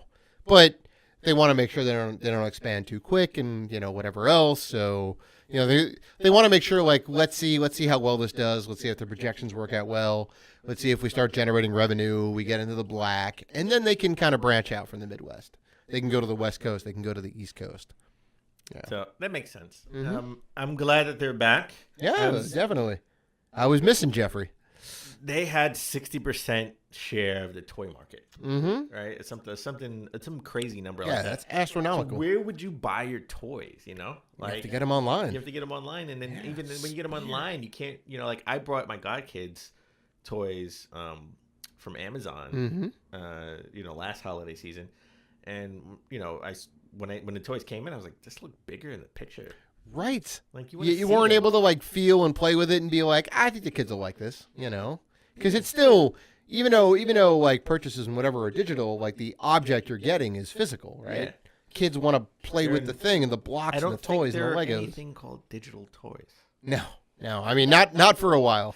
Not for a while. Not forever. I mean, for a while. Digital toy. Well, I mean, you toys will be holograms from now on. Your brain just has to be able to process it as, hey, this feels like a physical donut. Like this feels like a round circular object with a hole in the middle that I can put over a peg. Right? Funny. All right. Digital toys. True. Digital toys coming in 20. I'm just saying. 2040, 2050, who knows? 2075. All right, let's move on. The Walking Dead. Telltale Games. Mm-hmm. Talking about companies that they're going under. All right. R.I.P. Telltale Games. We mentioned it before we left. Yeah. R.I.P. TT Games. Mm-hmm. All right. When we left, I thought that they were going to finish The Walking Dead. Mm-hmm. Right. They were keeping 25 employees on staff. Skeleton crew, yeah. Skeleton crew. I thought they were going to finish The Walking Dead, but they were only there to finish their obligations to Netflix series. Mm-hmm. Right. So, they canceled The Walking Dead after just 2 episodes, mm-hmm. and it's supposed to be, I think, 4 episodes. Right. And this is Clem's, Clementine's. This was her final hurrah. Mm-hmm. I was so disappointed because I love these games. You love all of the Telltale games. Not all of them. I think a lot of them. Most of them. Sure. The only one I didn't care. Well, I loved all the TT games after The Walking Dead season 1. Mm-hmm. I didn't too particularly like Jurassic Park or Back to the Future. Oh, okay, fair. Those were pre Walking Dead season 1. Mm-hmm. I liked everything except for Game of Thrones. Wasn't a big that I think was part of their problem because they spent a lot of money to get that license, and then that flopped, and that didn't do so well as well. A lot of them didn't do as well as they thought it would. Right. But I think they spent too much time, and money on trying to get licenses. The licenses, and trying to pump out all these different games. Sure, I mean they were all on the same game engine. Yeah. Right? Oh, they didn't even update the game engine, even though they just did. Mm-hmm. They just did. And the Stranger Things was supposed to be the first game on the new engine. It's a little too little too late, right? They went years on the same engine. The same, yeah. It's just it was that and it was it was definitely showing its age a little bit. It definitely was aged, right? Definitely. Listen, the Walking Dead season 1 is so old. Kind of Funny didn't exist, and those guys were still at IGN. Wow, yeah. So that's how old season 1 was, and now they were changing the engine. Right, too little, too late. I mean, I understand you want to get the most out of it. They tried to wring every last little drop of water out of it. So I didn't buy. I usually like to buy the physical. The physical wasn't coming out until like November. Right. And then I can, I pretty much own all the episodes. Mm-hmm. And then I can, just play them. Yeah, you can just play through that whole. I can play through them all until the last 5 one chapters comes out. or whatever it That's is. usually how it goes. Mm-hmm. The disc comes out usually like before the second to last one episode comes out. Right. That I didn't buy it, and I wasn't gonna buy the episode 1 or 2 because I didn't want to be on a cliffhanger for the rest of my life. Mm-hmm. But it looks like Mr. Kirkman, the creator of The Walking Dead TV show, Robert Kirkman, yeah. His company Skybound Games will come in and they will finance TT Games to finish The Walking Dead and Clem's story. So 2 things. A, I didn't know Robert Kirkman had a game studio. And B, this is fantastic on so many levels. I obviously don't play these games, but for you, you're doing backflips in your head right now. Oh, like, yes. Yes, thank you. Yes. I mean, I wish he can help with the the Wolf Among Us 2 that was Well, yeah. But he's only here to finish Clem's story. Uh-huh. I think pretty much the scripture done. Mm-hmm. I hated the whole episodic format because I loved it and I hated it. What they did was they would take feedback from an episode to work on the next one. I see. So like the fan feedback would play into how the story would play out. So basically if you're in episode 2, right? Episode 3 is pretty much done, but when they get fan feedback from episode 2, they would go back and rework some things that didn't work. Sure. Right? So but they're pretty much done with the 4 episodes, right? I don't think they did any shooting for the 4th one. The 3rd one was practically done. So, he's not really starting from scratch in this. They will be hiring all the former employees who worked on Oh, that's awesome. The Walking Dead. That's awesome. TT Games is in the middle of a class action lawsuit right now because they Right. fired all the employees without severance. And I think in California, they have some laws where if you do fire employees, they need to get some type of severance. Severance package. Sure, of course. Because it was, well, we don't need to get into all that necessarily, but I think that's the right thing to do is that, you need to get some sort of compensation, right? Well, Skybound has no obligation to do anything, right? This is true. They're coming in just for The Walking Dead. And again, they will be hiring back some of the old crew if they don't have jobs already. Right. Right. Well, I think that's kind of the right thing to do. It's the good thing to do. It's Kirkman taking care of his brand, right? Because he created the Walking Dead comic and whatever, and he's he has a big hand in the TV show and whatnot. And he's like, hey, look, this is a shitty situation that went down. We're gonna go ahead and rectify it. We're gonna go ahead and take this to completion. We're gonna take us to the end zone. We're gonna get you the 6 points, and we're gonna get you the point after 2 for the 7. Yeah. So, well, we want to talk about acquiring studios. Maybe Microsoft, they're on the acquiring spree. Maybe right. Maybe they should pick up TT Games. Right? That wouldn't be a bad idea. Put out a Stranger Things game on a new engine. That would be great. That'd be fantastic. This is very much Microsoft now is how they were on the original Xbox. Acquiring like BioWare and Rare and Lionhead Studios and whatever else. They're just like, yep, come on into the fold. Well, they didn't acquire BioWare, but BioWare made the Knights of the Old Republic exclusively for the Xbox. Yep. But Obsidian worked on Knights of the Old Republic 2 exclusively for the original Xbox. Yep. Which Microsoft is now that they're now acquiring Obsidian. I'm just going to go on a quick little tangent here. I love Obsidian Studios. Obsidian Studios, also the company that did Fallout New Vegas. Yes. Which is arguably the best of the new Fallout games. Some of the Obsidian staff was from Black Isle, who worked on the original Fallout 1 and 2, which are some of my favorites. Fallout 2, honestly, is my favorite out of the whole entire series, right? So very hyped for this. Glad these guys are on board in the Microsoft family now, right? That makes like 6 new studios, right? That Microsoft has acquired. That's a lot of studios, man. They are gearing up for Xbox Prime. For mostly for the middle and end of that life cycle, right? Right. Development time is 2-3 years, right? 2, 3, maybe about 4 that years. for like a AAA title. Yeah.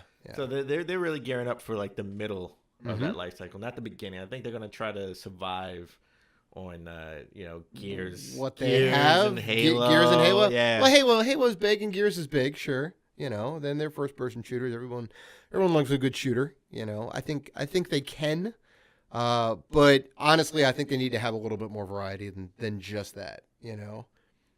They need like another Sea of Thieves type situation. Another exclusive that's just for Microsoft. That's like, hey, we have this new thing. Well, Sea of Thieves is kind of bare bones, and that's it was a little bare bones. Games as service. A game like Sea of Thieves, not Sea of Thieves. Okay, all right. Specifically, Don't be Sea that of Thieves. style. All right. Moral of the story: don't be Sea of Thieves. Yeah, exactly. All right. Well, you know what? While they are acquiring studios and not making other games like Sea of Thieves, Wow. they're getting in the streaming game. So this came out of nowhere. Project xCloud was announced for Xbox announced it. It's basically where they are streaming games to browsers and phones. Right. So this is the wave of the future. You don't have to buy an Xbox Prime or Xbox Prime 2 or Xbox 2. That's probably what they call it. Right. Xbox 2. Maybe in another 10, 15 years, we're going to be playing games on our web browsers. This is what Google is working on. This sounds exactly like what Google's working on. Where and I think they have a beta test where you can play Assassin's Creed Odyssey on Chrome browser. Yeah, that's super interesting. Basically, you're taking the hardware out of the home. It exists on a server and the whatever. You're relying on the network to push all the data out and whatnot, right? And you'll have a tiny little box in your end with, Ethernet and an HDMI that goes to the TV, and you have a gamepad. And as long as the lag is low and you're able to get, high quality graphics and whatever to stream to your TV, like, this is it, The infrastructure needs to be good, and I think it's in a pretty good spot. Getting there, but I don't think it's there yet. No, I mean there's certainly like Japan and other countries have better infrastructure for stuff like this. Which is why they can stream Odyssey on the Switch. Right, And exactly. Resident Evil 7. Odyssey and Resident Evil 7. Yeah, they have a much better infrastructure that'll just work. We're a little bit behind, you're right. But Google is definitely one of those companies, Google Fiber. Yeah. They're really trying to push and, kind of make that a thing. They've been testing it out in markets and whatnot. So hopefully that comes to be more ubiquitous. And Project xCloud will support 4G and 5G cellular networks. This is going to be a public beta test in 2019. So they're getting ahead of the curve. They're putting this out there before Google. So they're pretty much, Xbox is like competing with everybody. Except for Nintendo. They have no handhelds. 5G speeds aren't even out there yet. Like 4G LTE is the best you can get right now, right?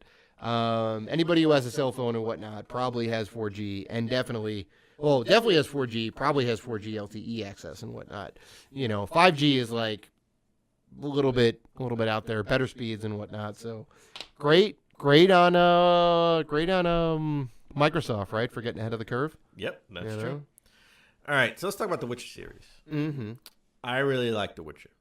I got into the last Witcher game. Same. That was my first Witcher game. Huge. It was huge. I have all the other Witcher games. There were the 3 of them, right? There were 3. Yeah. I have. They came out with like the Game of the Year and the Game of the Year with all the DLC and all that stuff. So I have a bunch of those for the 360. The author, the guy who created the Witcher series back in the 80s, I think 86, if I'm not mistaken, when he sounds about right. First book.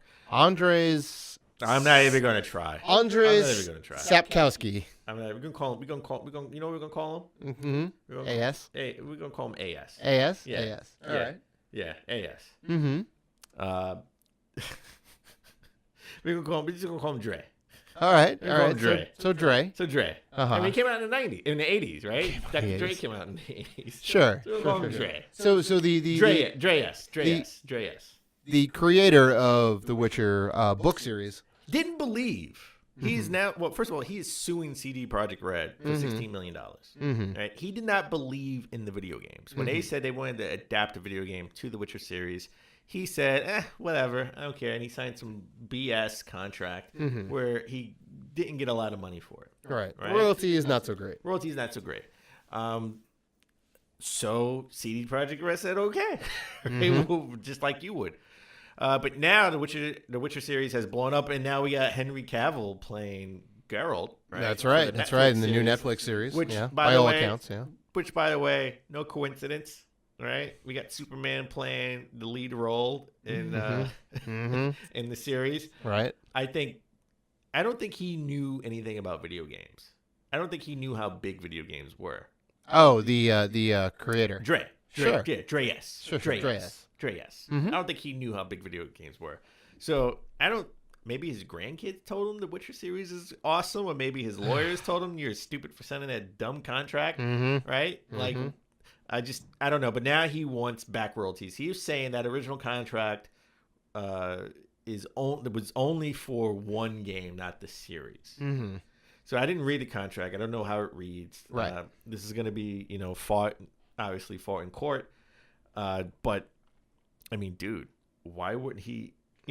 By all accounts, CD Projekt Red said they offered him more, but he didn't want it because he didn't believe in it. So why wouldn't you take more anyway? I don't understand that unless Andre was trying to toss them a bone and say, like, I don't think anything's going to come of this. I'll take a little bit of a cut in this situation. I will take 4% as opposed to 6% or whatever it is, And now he's like kicking himself. He's like, oh, hey, wait a minute. This is like multi-million-dollar franchise right now, and they're still going to make more Witcher games because they have the license. Maybe he saw the No Clip documentary about CD Projekt Red, because that's where I found out. Because in that documentary, I think it was No Clip, if I'm not mistaken, where they were like, well, when we got the series, he said he didn't really believe in it, so he signed off for less money. Jeez. We wanted to give him more, but kicking himself now, and now he's trying to make up for it. Hire lawyers and make it happen. $16 million, man. Jesus. I need to write a book. I need to write a book. I mean, yes, but I would also say don't quit your day job. Listen, man, let's write that in your spare time. Let's see how that goes. I got a children's book in the back of my head. Hey, there you go. There you go. That's easy. All you got to do is get an illustrator for that thing, and then boom, money. I know. I'm trying to write a book. You get up the next where the wild things are. Listen, all you need in life is two things. Mm-hmm. If you get a successful book or one hit reggae song, you're good for life. One hit reggae song, yeah.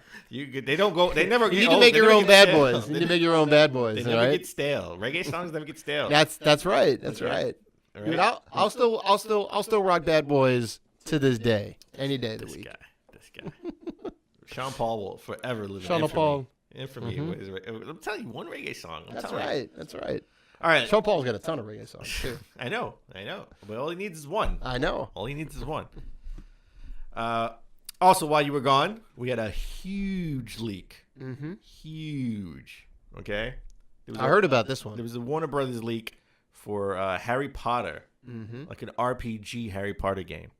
Okay. Now you know how I love my Harry Potter. I love Harry Potter. Harry Potter's great. There are two series I love.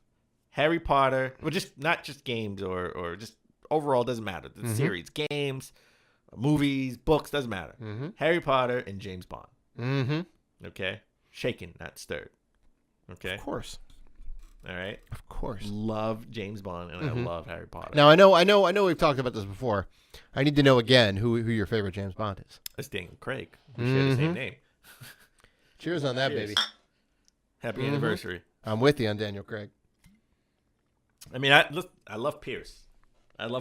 Really? I do. I do. He's the second. He's my second. He's on the list. Wow. He's and Connery has to be third. Third. Oh, okay. Connery's third. And then the guy, what's his name? Lazenby was in one of them, I think. No. He just died. Dalton. He just died. Dalton. Yeah. I'm not gonna lie. I have a special place in my heart for Dalton. Yeah. He only did like two. I think he was only two. He did like 2 or 3, I think. Yeah. No, I think it was only 2. Yeah. It was only 2 because he was like a short James Bond. Right. And I really loved him. Mm-hmm. Okay, because it was the 80s. Right. Yeah. He was the James Bond I knew. Right. He was the James Bond we grew up with. Right. Until Pierce in 95 with GoldenEye. That's right. Which was a fantastic movie, fantastic game 3 years later. Oh my God, yeah. I loved him. All right, rest in peace. I gotta be honest. He was fighting He was fighting for that third spot. Interesting. Sean Connery. He's fighting for that third spot. But then I recently went back and watched old Sean Connery movies, and I was like, nah, I gotta give it to Sean. I mean, come on. He birthed the movie franchise. I gotta give it to the con. Yeah. I gotta give it to the con. Yeah, he's fantastic. But anyway, we're getting off a tangent. All right, my James Bond tangent. We can get into that one day. All right. So Harry Potter MMO, right? It looks like it. Right? Looks MMO awesome. RPG, create your own wizard, get out in the whole Hogwarts world and whatnot. This has to be a next gen game. Well, I mean, whatever. I mean, it could just come out on PC and then come to consoles, later. MMORPGs typically are. You know how you know this is real? Mm-hmm. WB has went after anybody who showed these leaks. Oh. Hard. If we had video, if we were doing video, we cannot show video of this. Right? No, because we would be DMCA'd. We would be taken down. We would be taken down. Uh-huh. All right. That's crarazy. So That's crazy. that tells me this is real. This is probably early concept, right? Early concept. Just like a test model. Yeah. Like 100%. Like here's some 3D models, renders, or whatever. Here's a basic game engine and whatnot. Yeah. Yeah.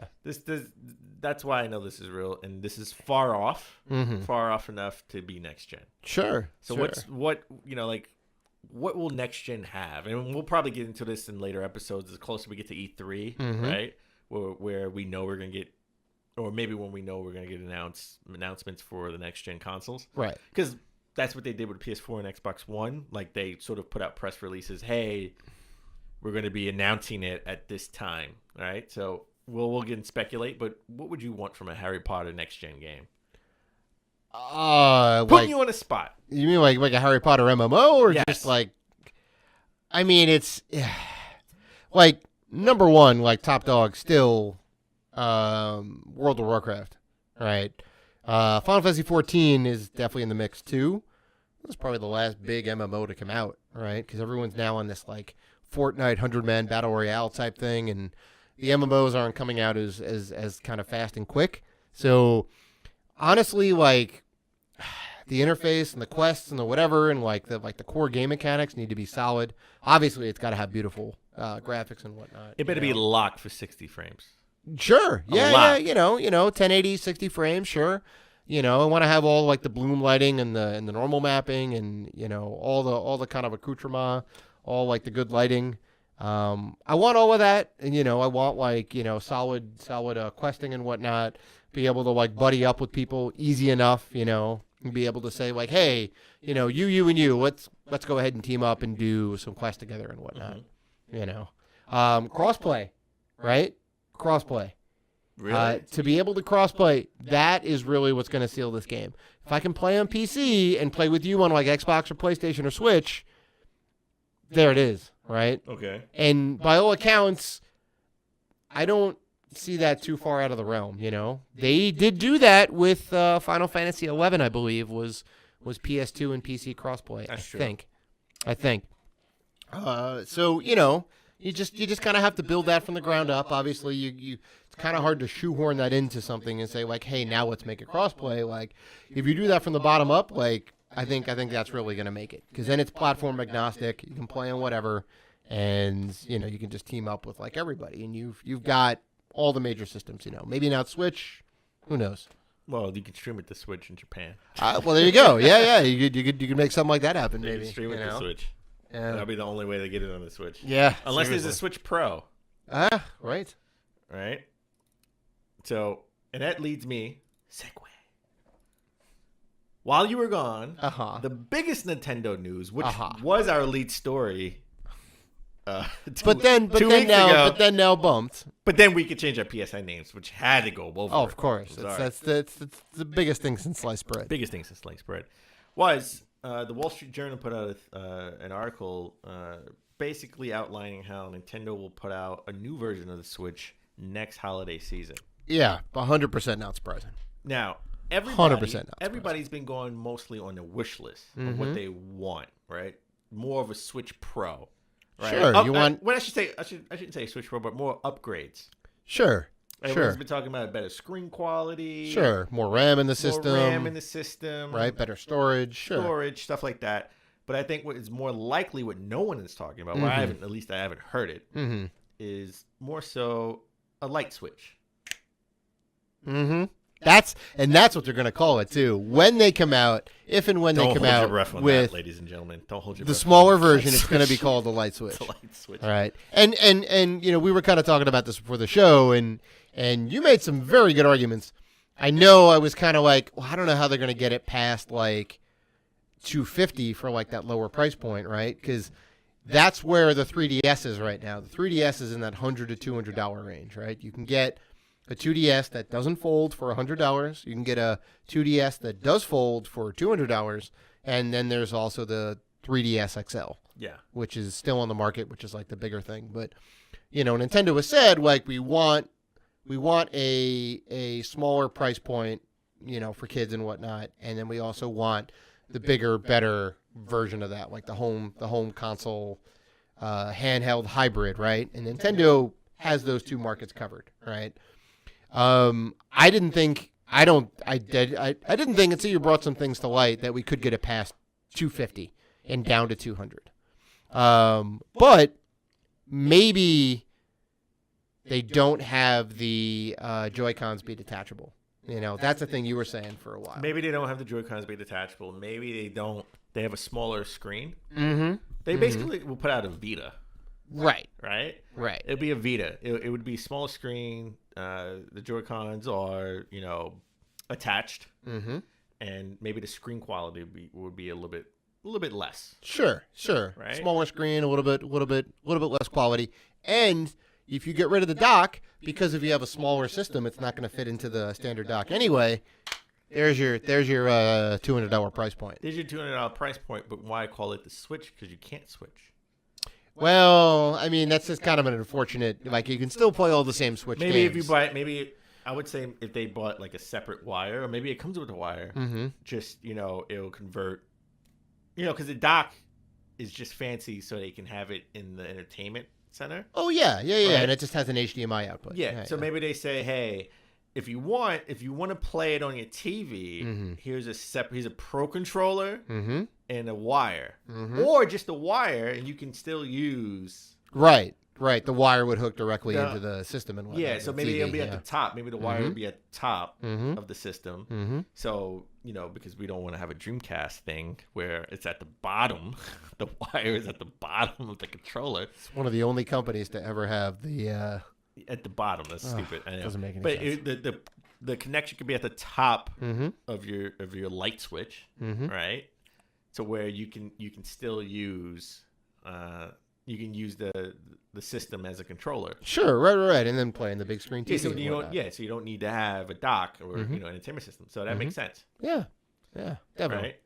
Because if you docked it, we would have to dock upside down. Well, that's true. Yeah. Given that scenario. So I think that's more feasible than the Switch Pro. But if next year is when we're going to at least hear about next gen, Nintendo wants to has to compete, and they still want to compete just for mind share, right, in people's minds. Yeah. So they're not going to go up; they're going to go down, and they're going to compete for the kids, right? Because the kids are not going to be able to afford the new PS5 and Xbox right. Prime, right? Below $500-$600 on a brand new system. Yeah, makes sense. Yeah, I think that's the market they're going to go after. So I had to change last minute this story because this just came in. This is breaking yesterday. All right. Nintendo 64 Classic images have leaked. Now we've even dedicated a convo of the week to what we wanted to see on N64 Classic. Yeah. This was even my E3 prediction that they would announce the N64 You would Classic. figure, right? Nintendo, Super Nintendo, N64. It's logical. Well, we had PlayStation instead this year. That's right. We had the PlayStation come out this year. Someone's got to fill in that gap. But it looks like promotional. It was like sort of promotional artwork sort of has leaked, right? And it shows an N64 Classic with 4 ports for 4 different controllers. How are you going to play GoldenEye with just 2 people? No, you got to have the 4-player split screen. You know how you can play GoldenEye with just 2 people? Because they won't be on. Licensing. Well, that's a very good point. It looks real. People are analyzing all the images because it looks like it's promotional material, not actual like pictures of they're like renders or and anything. whatnot. Yeah.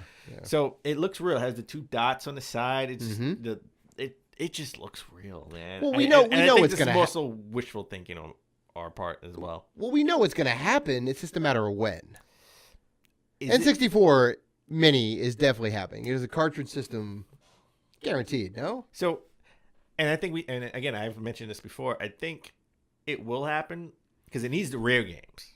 Without rare games, this won't do well. You were 100% right. Half of the good games came from the Rare Nintendo partnership. Yeah.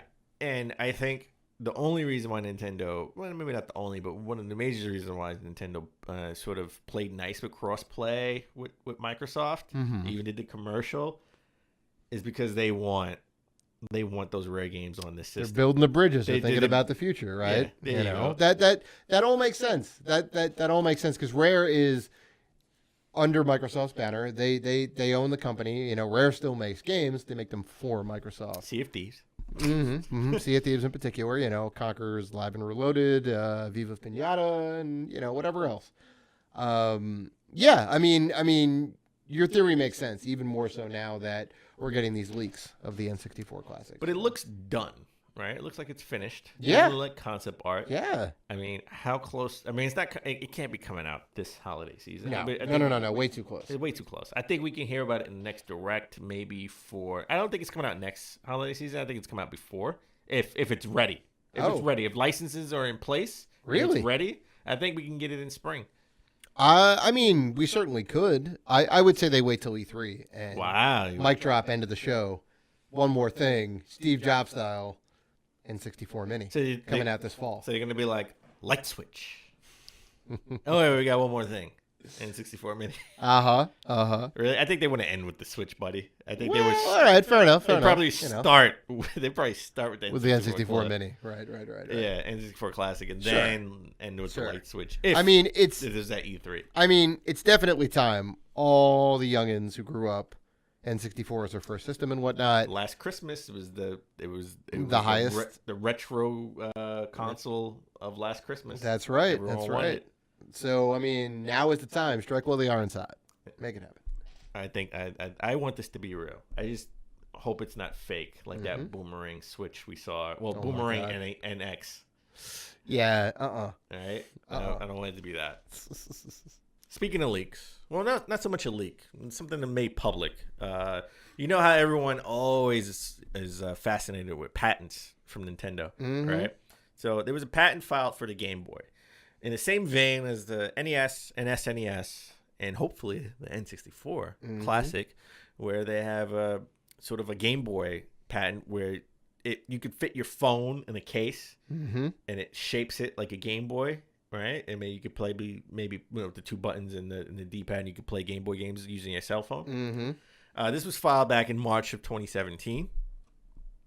I think this is cool in theory, but I don't see how it works like practically like it works because phones now are all sort of different sizes, right? You have an Android or you have a Google phone, and I have a Pixel 2 XL, Yeah. which is probably one of the biggest, if not the biggest phone on the market. and I have an iPhone 8 Plus, right? Which slightly different sizes. Yeah, and they have now iPhones come out in 3 different sizes. That's right. You have the X and the XS and the regular size, the small one.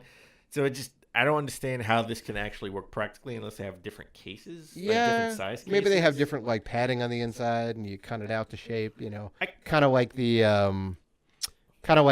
Fallout 4 Pip-Boy thing. Oh yeah, that's true. That's true. I just don't want this to be my cell phone. I mean, this is a cool idea, right? Maybe to play Game Boy games, like this is how they would enter the mobile space, right? It'll be apps that you could buy on your phone for the games, and you can just put this case around and play Game Boy games. Right. Don't know how practical it could be because it's not really on a go. Because what if you forget the pad? Right. It's You kind of need that to play. It's an accessory you need to play. Right. Or maybe make playing experience a little bit more enjoyable. Right. Honestly, like I want a dedicated Game Boy Mini as a thing. Yes. You know, that's really I think that's really what everybody wants too. They want the nostalgia of the thing in like the kind of gray case with like the purple buttons and the D-pad and all that, and just like a little modernized, you know, put like a USB mini or micro port on there for charging and whatnot. Well, Hyperkin did something similar where you could put your Android phone. You slot the phone in. Yep. And it sort of had a Game Boy bottom piece, right? And your phone was sort of the top piece with a screen. Right. It would make it like a 4x3 screen or whatever, a little square screen. Yeah. And that only worked for Android. I don't think that really went anywhere. Not so. I mean, I think it came out. It came out, but it didn't really. Yeah, it didn't really make a big splash. Yeah. So I don't think people want to use their phone to play. I mean, I don't know if Nintendo would be the company to make this happen. Right. Somehow we can say, I don't know if this is going to work, and they'll make it be cooler. I was like, I want to play all my Game Boy games on my phone. Right. If anyone's going to do it. If anybody's going to do it, it'll be them. Mm-hmm. Right. I want the same thing as you. I want a dedicated right. system, I mean, that's mini you really got to system. like lay into the nostalgia factor, not like a shell over the top of current hardware. But the problem with the mini system is is going to be the screen. That's going to make it expensive because do you want to play an actual green screen, right? Because it looked green. I would want like the Game Boy Pocket or Game Boy Light style where it's backlit and it's actually black as opposed to like puke green. The quality of the screen will bring up the price. A little bit. I mean, I would expect to pay $100 for this thing. Wow, I would say more. You more? I would say more. I would say at least 100. I would say, well, depending on how many games, they would have to have a lot of games on it. Right. I would say at least 100, a minimum 100, $129.99. $129.99. Yeah. Wow. I mean, little flat panel screens aren't that expensive anymore. But I mean, I hear you. It's going to be a lot more than the NES and SNES. Yeah. Possibly post $100. Yeah. Yeah, I would say $129.99. For Wow. all the games they would have in the screen. I don't want the screen to be just as small as the Game Boy screen. No. And even though something tells me they would make it that way, Mm-hmm. I think they would make literally a skinny Game Boy. Right. You can't make it that thick. Yeah. No. Because it's not going to hold batteries, right? No. It's going to be like just a little chargeable battery part. It has to. Yeah. Oh, thank God! Please. Oh no! It's definitely going to do that, and probably be USB-C. All right. Also, before you left, we talked about Nintendo Online, right? And save states.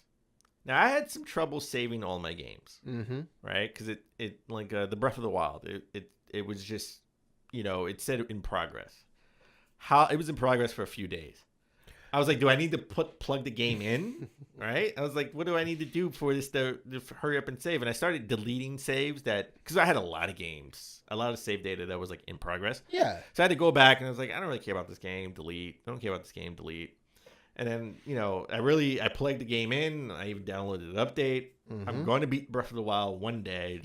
4 years later. You'll get there. 4 years later. You'll get there. Yeah. Episode 300. I will beat Breath of the Wild. That's gonna be the title. Dan beats Breath of the Wild. Dan beats Breath of the Wild. Episode 300.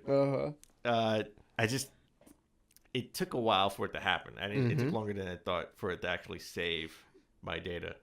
Was that just a bug or the fact that you had so many pending saves? I think I have so many pending saves, and I had to go back and delete a bunch of pending saves because it automatically saved Odyssey fast. Why didn't it save Zelda? But Zelda was like the first game I ever played on it. Right. So you deleted all the other backups that you didn't need. No, I didn't really care about. Yeah, right. I deleted all the backups.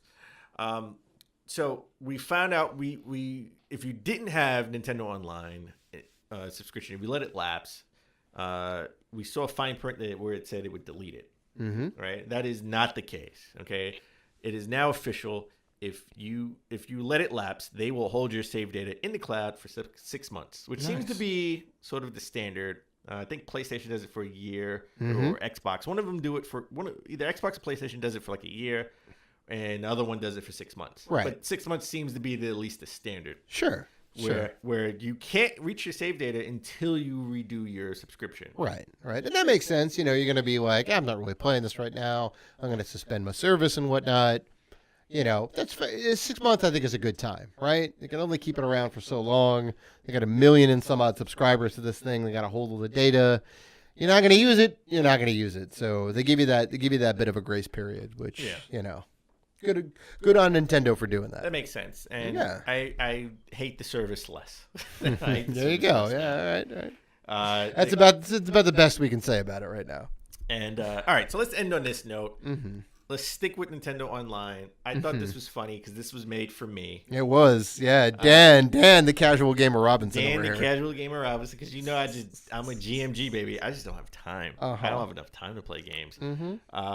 Play everything I want and dedicate it and platinum everything I would love to do. Of course, only if I could be a kid in this generation. Oh my God, yeah. With that type of time. They did an online update, and Zelda SP popped up. What the hell is that? That seems to be easy mode for Zelda. Yep. Where you have almost all the weapons, all the powers, right? All right, 255 rupees and everything. Like, you're maxed out, got the Master Sword. You're ready. You're ready to beat the game. You're ready to beat the game. And this is for me. Now I'm going to jump back into my Switch Online and play Zelda SP, even with the little bit of lag that there is. Right. I'm gonna play this. I want this. This is made for me. I played Mega Man on easy, beat all the bosses, right? And then I went back because I couldn't beat Wily on easy, so I went back and beat all the bosses on normal. So this was made for me, bro. This SP is for GMG. Ah, there you go. Well, I wonder what SP stands for. Special probably. Special probably? SP? Well, just special probably. Just special. Yeah. Just special. Legend of Zelda special, right? And you do get, like, after you beat that mode, like, because they make it very easy for you, there is another, I don't know if it's the second quest, but they have a harder mode that, like, unlocks after that. So you can go through the game and play it again, original style. Well, you could just play it normal and, yeah. Yeah, well, sure. Well, that about does it, folks. I am back and acclimated to America in New York, so we will be back on a regular scheduled programming from here on out. Next week's special episode with special guest Joe Shigan. He will be here, and we will talk all things Germany and video games and get into the news and whatnot. We want to thank you guys for being fans and doing all the good stuff that you guys do. If you want to interact with us, you can do so on Facebook, Twitter, Instagram, YouTube, and Vero at Rated G for Gamers. You can always email us at info@ratedgforgamers.com. Please rate and review us on iTunes. That does a lot for us, and we do appreciate that. And please like, listen, subscribe, and as always, keep gaming.